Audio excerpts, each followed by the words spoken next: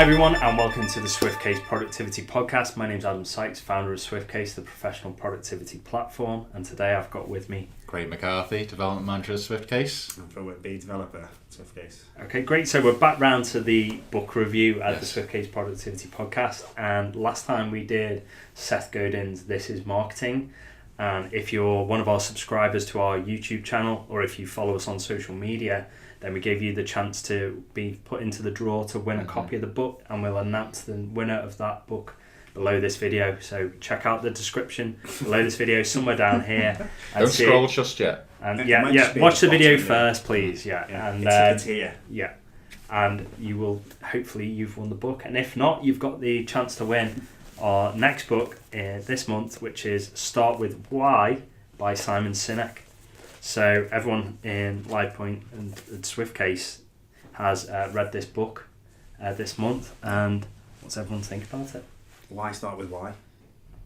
Start with why? Why start with start why? With why? That's what should be the question you're asking. So start with why. Yeah, why you read this book. Yeah, why did I read this book? I put it in a very similar bin or category as the other two. I think there was lots of parallels, lots of synergy or whatever you want to call it between them. I thought that some of his ideas had less sort of like foundational like merit.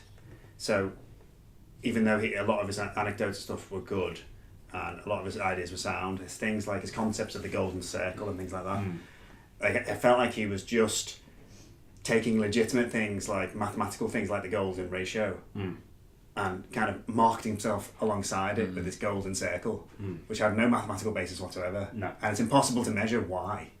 You can't measure it as anything. So having it in that sense. So, and I felt like he was a bit more, he was very credulous. He took other people's ideas and took them like uncritically sometimes. But despite that, the only criticism I really have is that sometimes I felt like there was less legitimacy in his ideas, although I agreed with a lot of what he said. It didn't feel as rigorous and as robust as maybe the other two did. Maybe This Is Marketing was the most robust out of the three. But I definitely agreed with the sentiments overall. So I think to give people an idea about, hopefully you read the book as well, it was a good book and I enjoyed it, and I think taking your criticisms of it on board, I wouldn't disagree with any of those. I think the key thing was it's the message that certainly in business and also in other things that you do, you should have an underlying reason as to why you do it.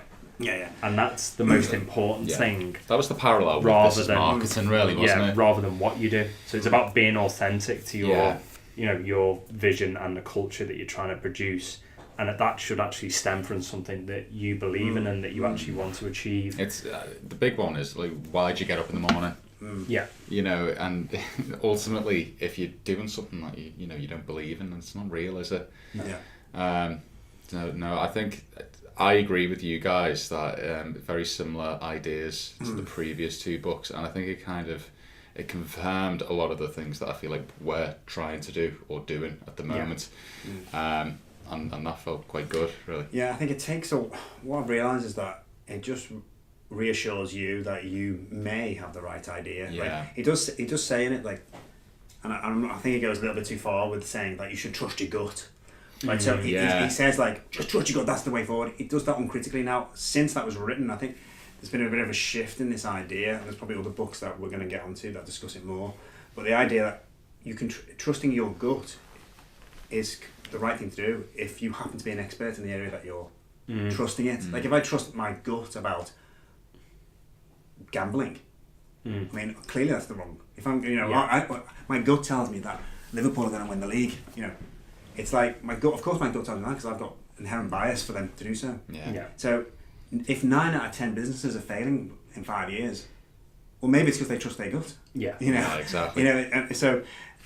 Well, there's evidence. It wasn't this, but there's another book I've read recently, and it was talking about people picking presidential candidates, and actually you can tell which candidate's going to win a presidential election by looking at their face, and certain features in their face will decide as to whether they'll be successful or unsuccessful. So like for men, how square their chin is, or you know, how square their jaw is. And does that mean that's correlated with past success though? So it doesn't necessarily mean it has predicted. Well, potentially, it's an evolutionary thing, isn't it? I suppose is like, you know, it's the protector or whatever. The you know, the strong face, the strong jaw, the you know, the eyes being the strong ridge bone. It's, you know, it's got evolutionary. Not like Cro-Magnon. But it's got like evolutionary sort of background. Is that based on predictions of like the paradigm of what is you know, ideal for that person at the time?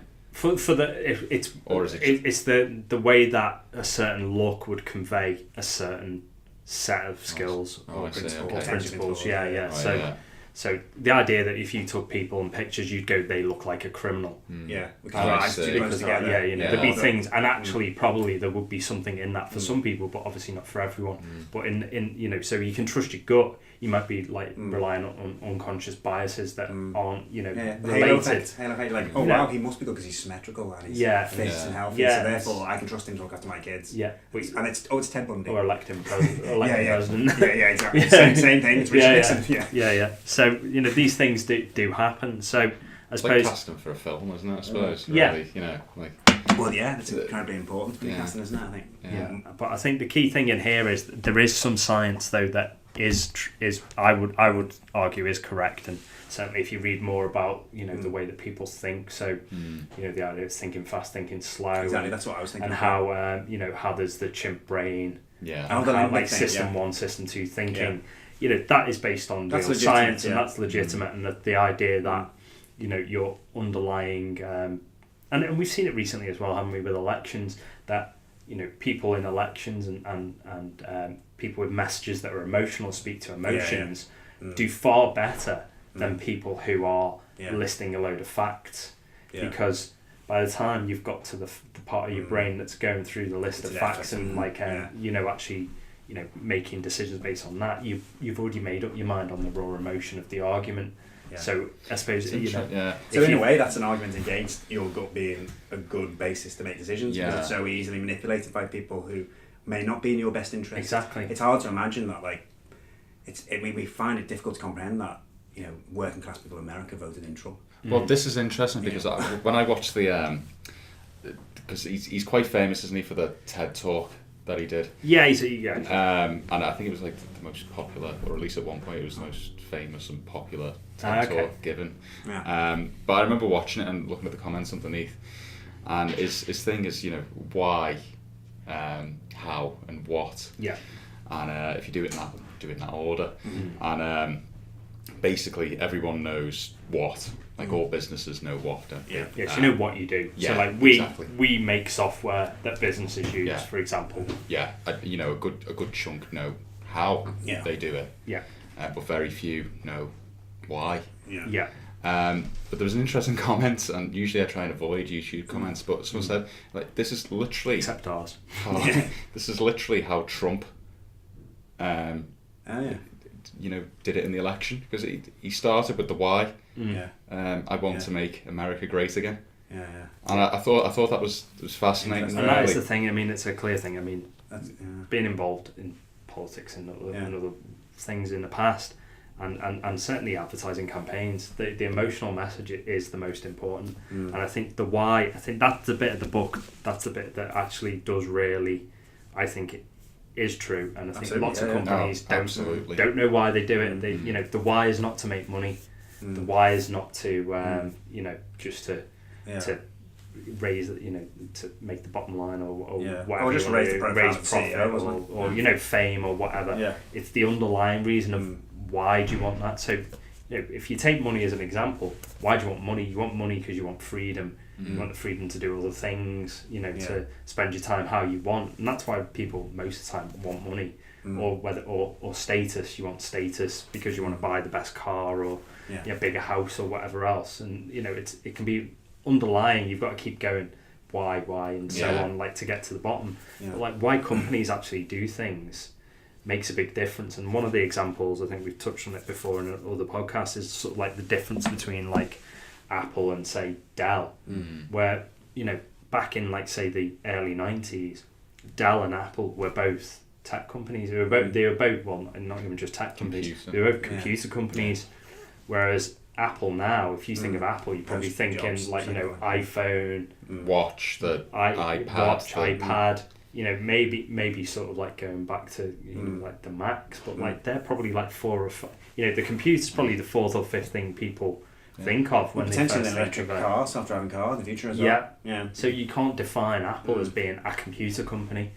It's clearly got some kind of tech thing, but even then you've got like Apple Music, which is a service. You've got other services that are on top of that. Whereas you think of Dell, what do you think of computers? Exactly. Yeah. If Dell, I think of motherboards and RAM. Would you subscribe to the Dell Music service? Yeah.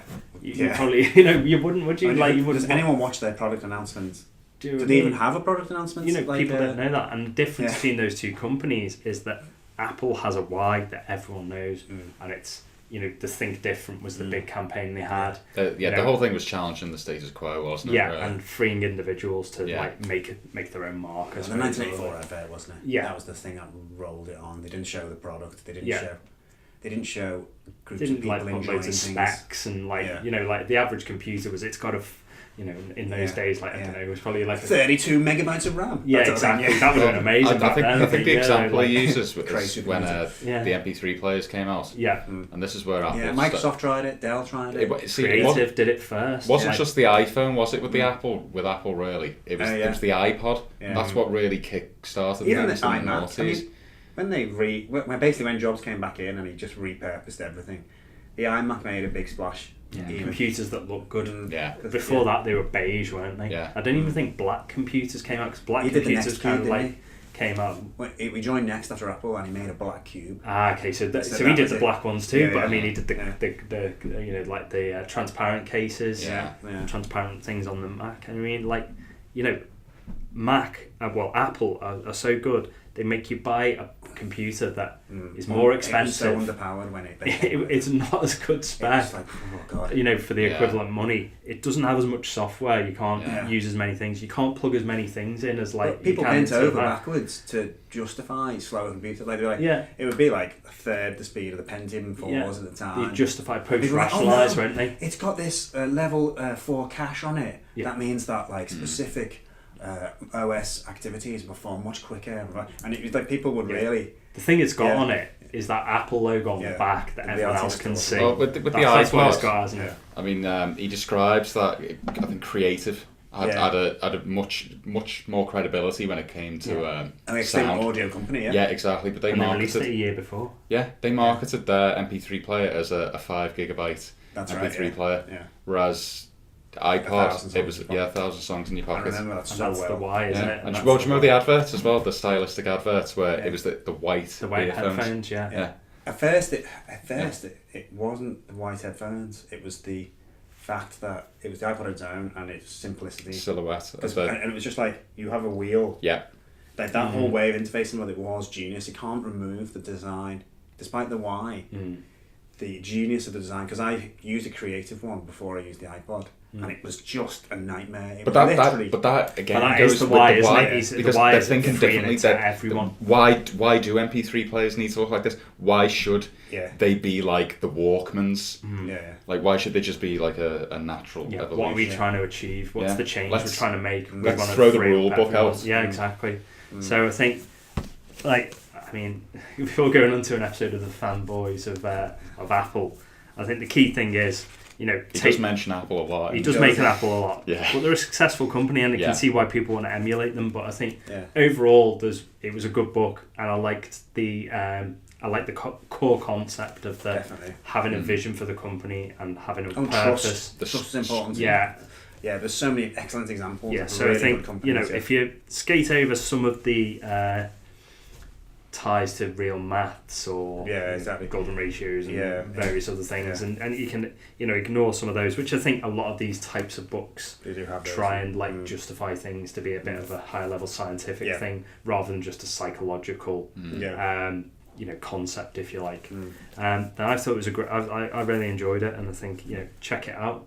And if you're a subscriber to this channel or you follow us on social media, you'll be in with a chance of winning this, and we'll announce the name of our next book review. Yeah. So thank you for listening to this, and hopefully you'll find out what your why is, whether that's whether you run your own business and you need to come up with a concept of why you're doing it, and I suppose it needs to come from within, I suppose, is the key thing, rather than just trying to put a veneer over the top.